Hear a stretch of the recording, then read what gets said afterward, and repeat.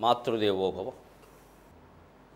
నెమ్మది నేలపై బడియు నేత్రయుగమును విప్పినంత మా అమ్మయే, ఆర్ద్రభావమెదనంటగా వాతెరజేర్చి బిల్వ మా అమ్మయే, తెలుగు పుస్తకము నాతురతన్ పుటద్రిప్ప అందు మా అమ్మయే, ఈ ప్రపంచమది అంతయు అమ్మయటంచు దోచెడిన్, ఈ ప్రపంచమది అంతయు అమ్మయటంచు దోచెడిన్.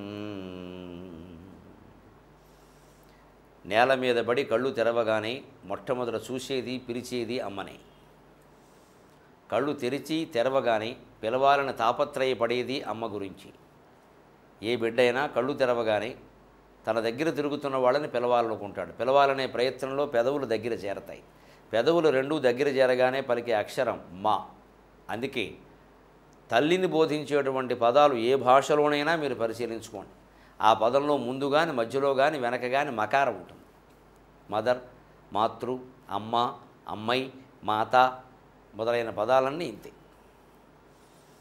బిడ్డ సహజంగానే ఓ ప్రయత్నం చేస్తాడు అమ్మ మా, అందులో మకారం వస్తుంది. అందుకని మాత అనేటువంటి మాట ఏర్పడింది. కళ్ళు తెరవగానే అమ్మ, మాట్లాడడానికి ప్రారంభించగానే అమ్మ, బళ్ళు చేరి పుస్తకం తెరిచిన తెలుగు మాధ్యమం పుస్తకాల్లో అమ్మ, ఆవు, ఇల్లు, ఈశ్వరుడు. ఇప్పుడు ఏమైనా మారాయేమో తెలియదు కానీ పూర్వం ఇదే విద్య. అక్కడ కూడా అమ్మాయి. ఎందుకంటే పిల్లవాడు అమ్మని కోల్పోయి ఏడుస్తూ ఉంటాడు, బళ్ళోకి వెళ్ళడానికి ఏడుస్తాడు.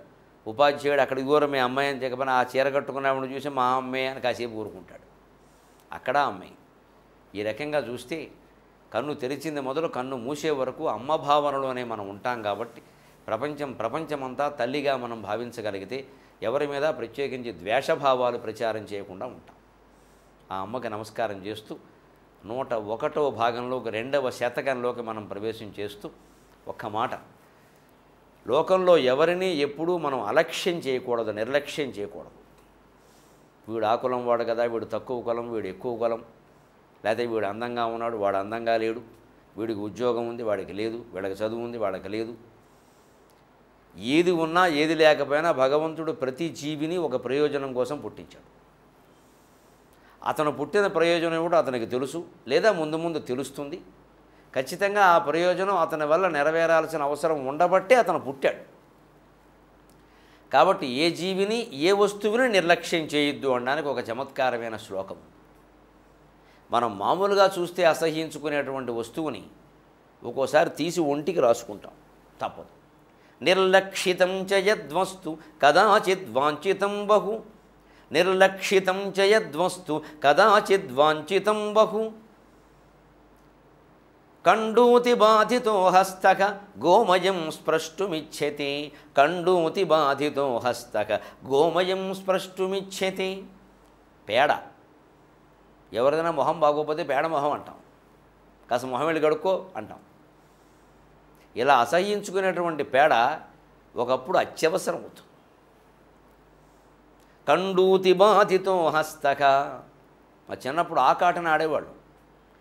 అట్ల తెద్దికి ఉండ్రాళ్ళ తెద్దికి తెల్లరగట్ట 1 గంటకి లేపి పొట్లకాయ కూర వేసి పెరిగేసి భోజనం పెట్టి పంపేవారు బయటికి. మేము ఎందుకు ఆడేవాళ్ళం, ఆడపిల్లలు కూడా వచ్చి ఆడతారు, అదో సరదా.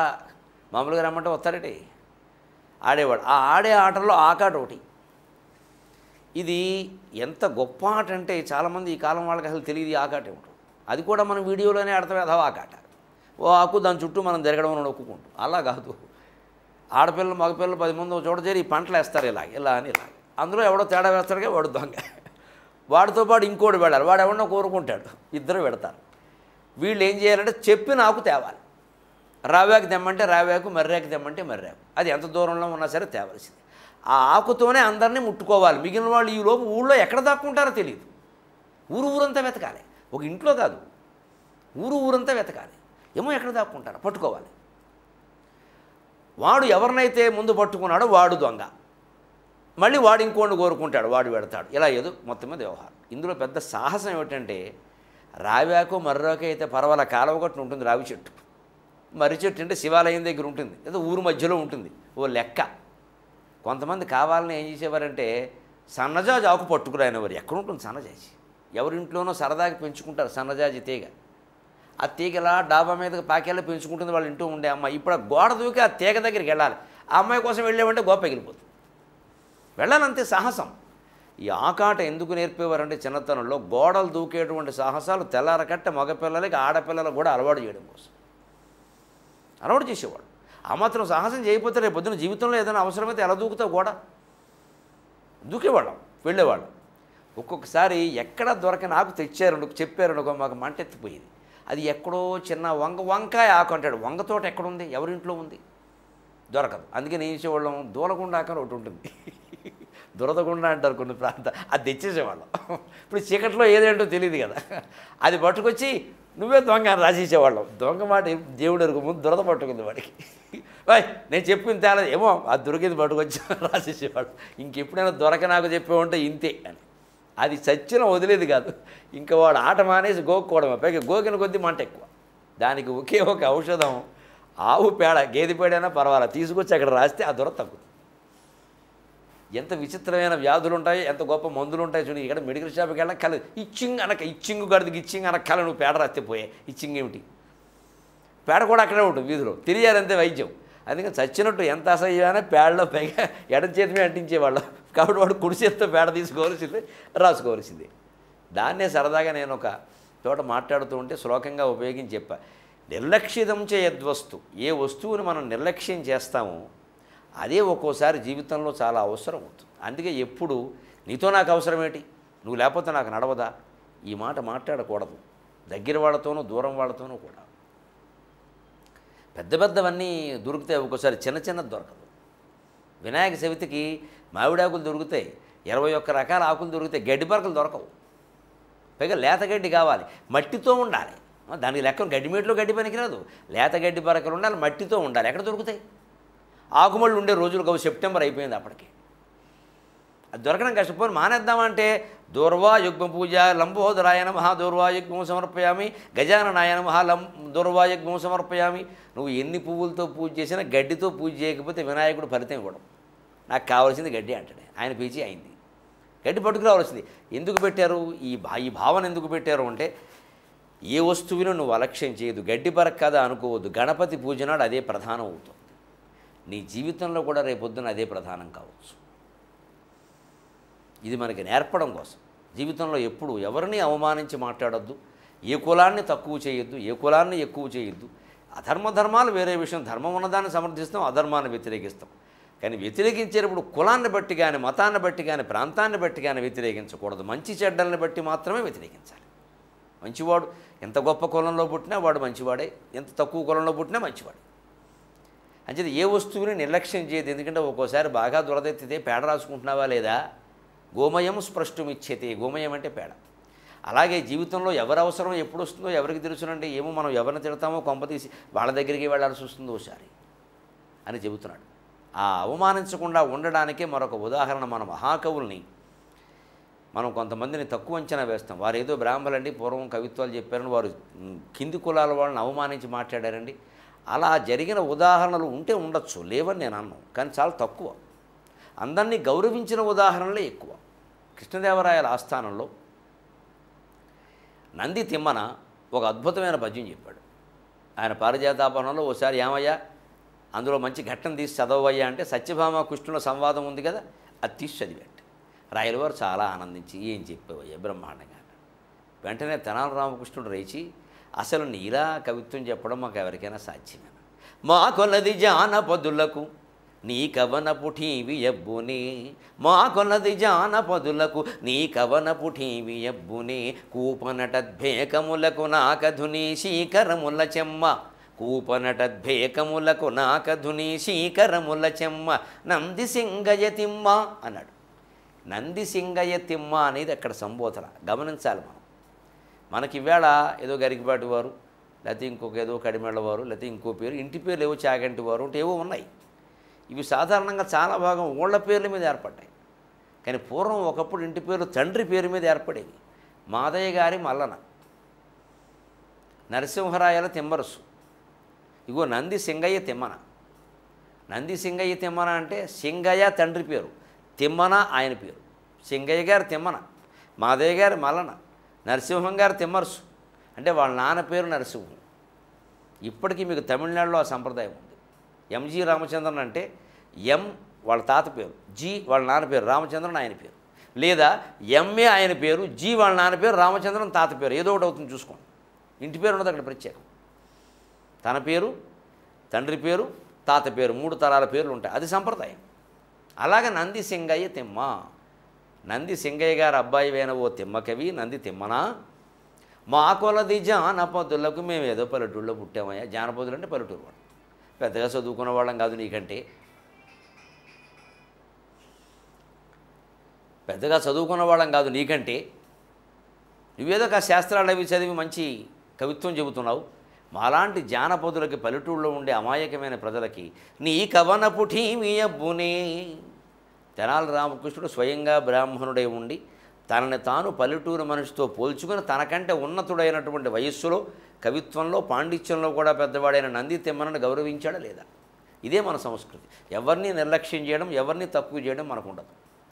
మేము జానపదులమయ్యాను స్పష్టంగా అన్నాడు. మేము ఏదో పల్లెటూళ్ళలో పెరిగాం, లల్లాయి పాటలు పాడుకుంటూ ఉంటాం, అమ్మ చెప్పిన పాటలు, నాన్న చెప్పిన పాటలు ఏవో పాడేస్తాం, మీకు మళ్ళీ శాస్త్రాలు చదవాలా. నిజానికి తెనాలి రామకృష్ణ అంత చదవనివాడు. ఆ పాండురంగ మహత్యం, ఉద్భటారాజు చరిత్రలు లాంటి ఘనకావ్యాలు రాసిన మహానుభావుడు అని ఆయన వాడిన ఉపమానం చూడండి.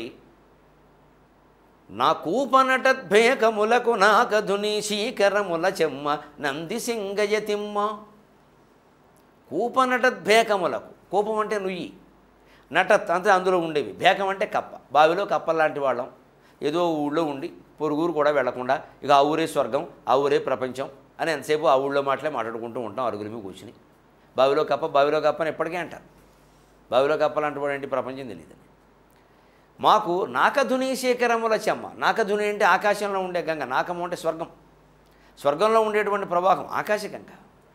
ఆకాశగంగా తరంగాల యొక్క చల్లదనం, ఆ చెమ్మ మాకేం తెలుస్తుందయ్యా, మేము ఏదో బావిలో కప్పలాంటి వాళ్ళం. ఎంత అందమైన ఉదాహరణ చెప్పాడు.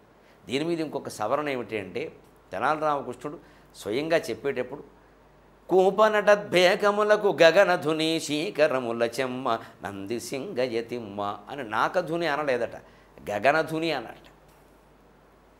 అంటే కృష్ణదేవరాయలు కల్పించుకొని కవి గగనధుని కంటే, గగన శబ్దం కంటే నాక అనే శబ్దం బాగుంటుందేమో. ఎందుకంటే గగనం అంటే ఆకాశం, నాకం అంటే స్వర్గం.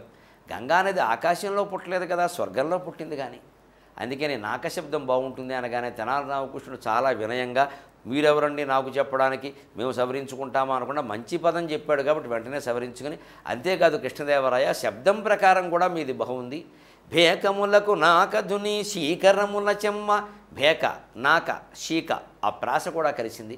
భేక, గగన, శీక అంటే లయ తెప్పిందా లేదా? అందుకని నేను ఏదో వేసేసాను అలవాట్లో పొరపాటుగా, కానీ మీరు సవరించడం కూడా చాలా బాగుంది అని ఒప్పుకుంటే ఎంత అందంగా ఉంటుందండి. నేను ఒకచోట అవధానంలో పద్యం చెబుతూ ఏదో ఆశువులను దినకర రాత్రించెరులను అని వేశాను. దినకర రాత్రించెరులను మహానుభావులు విశ్వవిద్యాలయంలో కూడా పనిచేసిన వారు వై రామకృష్ణారావు గారి నుండి వంతరామ రామకృష్ణారావు గారిని, ఆయన ఏమండి దినకరులు తర్వాత రాత్రించెరుల కంటే రజనీచెరులను అంటే చంద్రుడు అనే అర్థంలో వేశాం. చంద్రుడు కదా మీకు కావలసింది, రాత్రించెరుడు ఎందుకండి, రజనీచెరుడు వేయండి అన్నారు. మంచిది, ఎందుకంటే రాత్రించెరుడు అంటే చంద్రుడు అనే అర్థంతో పాటు రాక్షసుడు అనే అర్థం కూడా ఉంది. రాక్షసార్థం ఎందుకు రావాలి అక్కడ? హాయిగా రాత్రి రజనీచరుడు ఉండగా, అందుకే రజనీచరుడు వేయండి అన్నారు. నేను వెంటనే అంగీకరించి బాగుందండి, దినకర రాత్రిం కరులను అందామండి, రజనీకరులను అందామండి. కర శబ్దం కూడా కలిసింది కదా అన్నాం. సహృదయంతో ఉన్నవాడు ఎప్పుడు పెద్దవాళ్ళు చెప్పిన దాన్ని స్వీకరించాలి, మార్చుకోవాలి. నా ఇష్టమండి నేను వేస్తానంటే వారు కాదంటారా? వారి మాట వింటే మన సంస్కారం బయటపడింది, వారు మన ఆశీర్వదించారు. ఈ వినయం ఉన్నవాడే విద్యావంతుడు కాగలడు. మరి విద్యావంతుడైనవాడు ఎలా విద్యను కోల్పోతాడయ్యా? విద్యార్థి దశలోనే దుర్వ్యసనాలన్నీ పట్టే అవకాశం ఉంది. వాటి గురించి కూడా మన సంస్కృతిలో బహు చమత్కారంగా చెప్పారు. ఒకటికి బాగా సిగరెట్లు కాల్చడం అలవాటు కాలేజీ కురానికి. అప్పట్లో మరి వాళ్ళే పద్యాలు కూడా చెప్పేవారు విచిత్రంగా. అందుకని ఏమిట్రా ఈ సిగరెట్లు కాల్చడం, చుట్ల కాల్చడం, ఇప్పుడు చుట్లనేవారు. చుట్ల కాల్చడం ఏమిట్రా మానేయకుండా అంటే, బోడు మంది కాల్చారు, దానికేముంది. మీరు బొగద్రావుదురా వారిజ భవవామదేవ వైకుంఠగరి, మీరున్ బొగద్రావుదురా వారిజ భవవామదేవ వైకుంఠగరి, ఔరా నారద వినురా, ఔరా నారద వినురా, ఈ రేడు జొగంబులందు ఇది ముఖ్యమురా. ఏకంగా ఈయన చుట్ట కాలిస్తే కాల్చాడు కానీ పలకరించినందుకు ఈ చుట్ట బ్రహ్మ విష్ణు మహేశ్వరుల చేత నారదుల చేత కూడా కాల్పించాడు. అసలు వాళ్ళు కూడా చుట్టగాల్చబట్టే పరిపాలన అంత బాగా చేయగలిగారు. బ్రహ్మదేవుడు ఇంతమందిని ఎందుకు సృష్టించాడు? చుట్టగాల్చాట. చుట్టగాల్చడం వల్ల ఆయనకి శక్తి వచ్చి, మరి ఎవరు చెప్పారో, ఏదో కపిల్ దేవ్ రహస్యం బూస్టు, టెండూల్కర్ రహస్యం బూస్టు అన్నట్టుగా బ్రహ్మదేవుడు రహస్యం చుట్ట అన్నమాట. ఎవడు మటుకు వాడి వ్యసనాలని వాడి బలహీనతల్ని ఇలా సమర్థించుకుంటాడండి. అదే సినిమా పాట ఉంటుందే పూర్వం, ఈ సిగరెట్తోనే హనుమంతుడు లంకా దహనం చేశాడు అంటే ఎవడో కోతలు కోసాడు ఉంటుంది పక్కనిచ్చి. ఏదో పురాణాలన్నీ ఈయనే చదివేసినట్టు ఆ హనుమంతుడికి లంకా దహనం చేయడం కోసం వేరే నిప్పు లేక, ఎందుకంటే సీతాదేవి ప్రార్థించింది కదా చల్లారమని, అందుకని నిప్పు చల్లారిపోయింది. అప్పుడు నిప్పు లేకపోతే హనుమంతుడికి ఎవరో షాహీ డెక్కన్ ఘుమ అని సిగరెట్ ఇచ్చారట. ఆ సిగరెట్తో లంకంతా అంటించాట. హనుమంతుడి కాలం నాటికి షాహీ డెక్కన్ ఉందా? లేదు, వీడి నోట్లో ఉంది కాబట్టి వీడు బట్టిగా అక్కడ పెట్టాడు. అందుకని సరదాకి మనం వ్యసనాలను సమర్థించుకుందుకు పురాణాల్లోంచి ఉదాహరణలు పట్టుకుని చెప్పేస్తుంటే, పేకాడాడేవాడిని పలకరించండి, ఆడడం తప్పుడు అంటే ధర్మరాజు అంతటి వాడే ఆడాడంటాడు. ధర్మరాజు చేసిన పని పేకాడడం ఒకటేనా? ఆయన చేసిన మంచి పనులను నువ్వు చేయగలవా? ఆ మాట ఎవడో చెప్పడం. అందుకని సమర్థించుకుందుకు మాట్లాడతారు ఇలాగ. ఓరి మీరును పొగదురావుదురా బ్రహ్మదేవ వారిజ భవ అంటే పద్మ నుంచి పుట్టినవాడు బ్రహ్మదేవుడు, వామదేవుడు అంటే శివుడు, వైకుంఠహరి అంటే విష్ణుమూర్తి, నారదుడు అంటే నారద విష్ణుమూర్తి పరమేశ్వర బ్రహ్మదేవ మీరు కూడా పొగ తాగుతారేమోలే, లేకపోతే అంత గొప్పవాడు ఎందుకు అయ్యారు అని. ఔరా నారద వినురా, నువ్వు నన్ను ఏదో ఆక్షేపిస్తున్నా పెద్ద నిష్ఠాపరుల్లా కానీ, ఔరా నారద వినురా, ఈరేడు జగంబులందు ఇది ముఖ్యమురా. ఈరేడు ఇదో చక్కని మాట, చాలామందికి తెలియదు. 7 అంటే 7 అర్థం తెలుసు. ఈరేడు అంటే 2 ఏళ్ళు 14, ఈరు అంటే 2 జంట రెట్టింపు అని అర్థం. అందుకని ఈరేడు లోకములు ఈరేడు జగములు అని వాడుతూ ఉంటారు. 7 జన్మల అనడానికి ఈరేడు జన్మల అని కూడా అంటారు. ఈరు అంటే రెట్టింపు అని అర్థం అనమాట. అందుకని ఈరేడు జగంబులందు అంటే 7 × 2 14 లోకాల్లో ఇది చాలా ముఖ్యమురా అని. ఇంకా ఒక్క ఆయన ఇలా సిగరెట్ అని ఒక్కసారి ఇలా అన్నట్టు ఇలా మైకి మూతి పెట్టి ఆ పొగల్లా పైకి వెళ్ళి అలా వస్తుంటే ఆయనకు పద్యం వచ్చింది. సంతతోద్రేకలాహిరి సార్వభౌమ సకల గుణశీల ఎటువంటి సుకృత వేళ ఉదయమందితివోగాక ఓ పొగాక. మనవాళ్ళు పద్యాలు తక్కువ వాళ్ళు కదండి, ఎవడికి ఏ వ్యసనం ఉంటే అదే. అందుకని సంతతోద్రేకలాహిరి సార్వభౌమ, ఓ ఉద్రేక లాహిరి సార్వభౌమ, అలా కాలుస్తున్న కొద్దీ పొగ వదులుతున్న కొద్దీ లాహిరి లాహిరి లాహిరిలో అన్నట్టుగా పొగలు చుట్టుకుంటాయి. అంతేకాదుట సకల గుణశీల, అన్ని గుణాలు దాంట్లోనే ఉన్నాయట. ఎటువంటి సుకృత వేళ ఉదయం అందితువో, ఏ పుణ్యవేళ నువ్వు జన్మించావో కానీ మాకందరికీ నువ్వే కదా ఆధారం, నువ్వు లేకపోతే మాకు ఈ ఆనందం ఎక్కడి నుంచి వస్తుంది. ఓ పొగాక అని. ఇంకా ఒక్క చమత్కారంతో మనం సెలవు తీసుకుందాం. కాటూరు వెంకటేశ్వరరావు గారిని ఒక కవి ఉండేవాడు, పెంగళ కాటూరు కవులు అండి. ఈ కాటూరు ఆయనకు చుట్టకాల్చడం బాగా అలవాటు. పొద్దున్న చుట్ట, మధ్యాహ్నం చుట్ట, రాత్రి చుట్ట ఆయనకు అలవాటు. రాత్రి ఈ పూట ఆయన ఇంటికి మధురాంతకం రాజారామ గారని మంచి కథలు రాసేవారు. ఆయన వెళ్ళారు ఒకసారి. వెళ్ళి ఆయనతో మాట్లాడుతూ ఉంటే ఇద్దరు భోజనం చేశారు, పడుకుంటున్నారు. ఈ వెంకటేశ్వరరావు గారు కూర్చొని చుట్టుకుంటున్నట్టు, చుట్ట కాల్చుకుని పడుకుందామని. వెంటనే రాజారామ గారు అన్నట్టు సరదాకి, ఏమండి పడుకునేటప్పుడు కూడా ఈ చుట్టుకోవడం తప్పదా అన్నట్టు. అంటే ఆయన అన్నట్టు, అలా అంటావేమిటయా, ఆదిశేషుడు కూడా చుట్టుకునే పడుకుంటాడు అన్నట్టు. ఆదిశేషుడు చుట్టుకోవడం, ఈయన చుట్టుకోవడం ఒకటే. ఆయన పెద్ద పాము, 1000 పడగలు ఉన్నాయి, అందుకని పెద్ద తోక ఉంది. అలా నేరుగా పడుకుంటే ఎంత పెద్ద మంచం కూడా సరిపోదు. వైకుంఠంలో పడుకుంటే గోదావరి తీరం వరకు వస్తుంది ఆ తోక. అందుకని ఆయన చుట్టుకు పడుకున్నాడు. కవి చమత్కారం అండి. కాటూరు వారు ఎంతైనా మంచి కవి కాబట్టి శబ్దం చేతిలో ఉంది కదా. నేనేమిటయ్యా రాజారాం, ఆరిశేషుడు కూడా చుట్టుకునే పడుకుంటాడు, అందుకని నేను కూడా చుట్టుకుని ఓ దమ్ములాగి పడుకుంటా అన్నట్ట. మహానుభావులు వాళ్ళ వ్యసనాలని అలా సమర్థించుకుంటారు. అంత సరదా అయినటువంటి తెలుగు సాహిత్యంలో ఉండే చలోక్తులన్నీ ఈ మధ్య పుస్తకాలుగా కూడా వచ్చాయి. మీకు ప్రముఖమైన పుస్తక విక్రయ కేంద్రాల్లో దొరికితే హాయిగా చదువుకుని ఆనందించవచ్చు. కానీ ఎవరు సిగరెట్ మాత్రం కాల్చకూడదు, తెలుగులోనే మాట్లాడాలి. సెలవు, మళ్ళీ వారం కలుద్దాం.